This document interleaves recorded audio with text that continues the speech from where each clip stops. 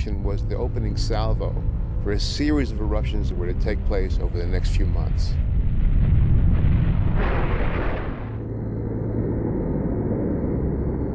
On 27th of May, 1883, the large eruptions on Krakatoa had abated.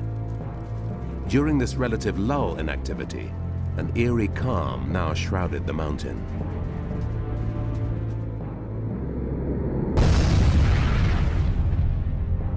At 6 minutes past 1 on the afternoon of Sunday, the 26th of August, 1883, all three craters on the volcanic island of Krakatoa erupted in a massive volley of explosions.